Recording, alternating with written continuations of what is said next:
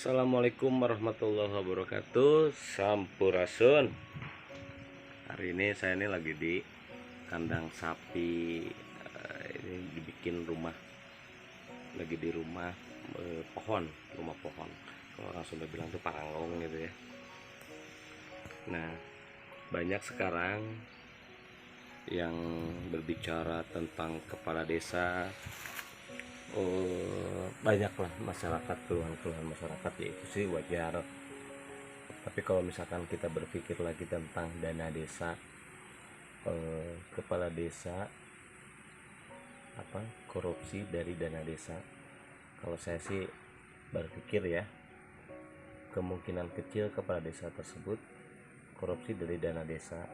Karena apa? Karena satu, pengawasan yang begitu ketat.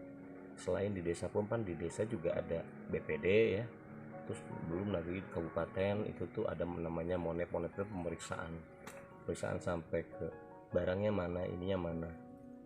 Kalau saya sih berpikir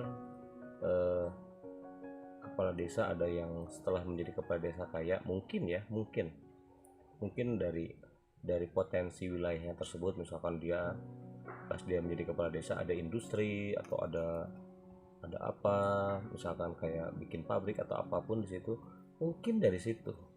Tapi kalau misalkan dari dana desa, apalagi sampai punya showroom, punya ini, kalau kita ngambil dari dana desa ya, kemungkinan kecil dan hampir dipastikan pengawasan dana desa tuh ketat sekali. Kecuali kalau misalkan kepala desa yang berani banget ya. Tapi kalau saya pikir, kalau misalkan dari dana desa uang tersebut misalkan dipakai kepala desa sehingga kepala desanya menjadi kaya gitu, enggak. Saya masih sampai saat ini berpikir bagaimana caranya, sedangkan pengawasan saja begitu ketat gitu loh. Nah, banyak politik nasional ya yang mengomentari tentang kepala desa. Saya rasa mereka juga tidak tahu bagaimana caranya, apa itu kepala desa itu bagaimana, yang setiap hari kepala desa tuh yang sakit, yang apa tuh semuanya kepala desa. Sampai yang berantem, rumah tangga yang berantem itu hampir rata-rata kepala desa. Nah, dari semua itu tuh tidak ada anggarannya, Pak. Tidak ada anggarannya, Bos. Nah, jadi kalau misalkan kita berbicara pengabdian, kita lebih dulu pengabdian daripada kalian yang duduk di Jakarta, yang hanya mengamati, yang hanya mengomentari tentang desa. Makanya main, Bos, ke desa. Jadi kalau 1-2 kepala desa yang memang tidak sesuai dengan apa yang diharapkan oleh masyarakat, dan itu tidak mewakili semua kepala desa yang notabene banyak kepala desa yang betul-betul memang pengabdian untuk warganya. Nah, jadi begitu.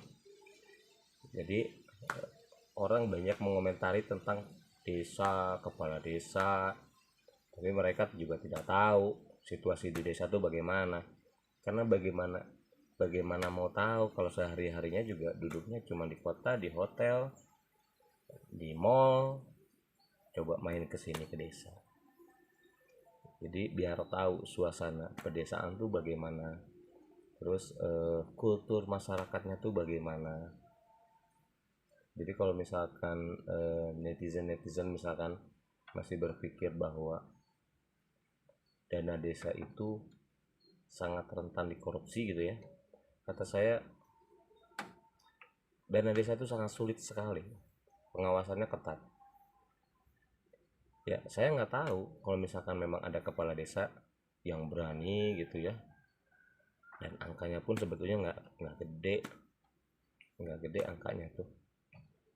Sekarang kalau misalkan anggaran 700 juta diambil 700 juta, nggak mungkin juga. Karena apa? Dari 700 juta itu juga ada honor, ada honor, terus ada honor perangkat desa, RT RW. Oh, jadi ya sangat sulit sekali. Jadi kalau mungkin ya, kalau misalkan dia sebelum jadi kepala desa tidak kaya, setelah jadi kepala desa kaya, ya saya mah husnuzon saja, berpikir positif saja. Mungkin di saat dia jadi kepala desa, potensi-potensi di wilayah dia bagus, investasi masuk ke desa, ya mungkin begitu ya. Jadi pesan saya sama politik-politik nasional itu, politikus-politikus nasional, yuk main ke desa, lihat situasi desa sesungguhnya. Jadi jangan jangan karena kepala desa ini begini-begini, wah enggak. Kalian mah hanya bisa mengamati tapi tidak pernah yang namanya merasakan.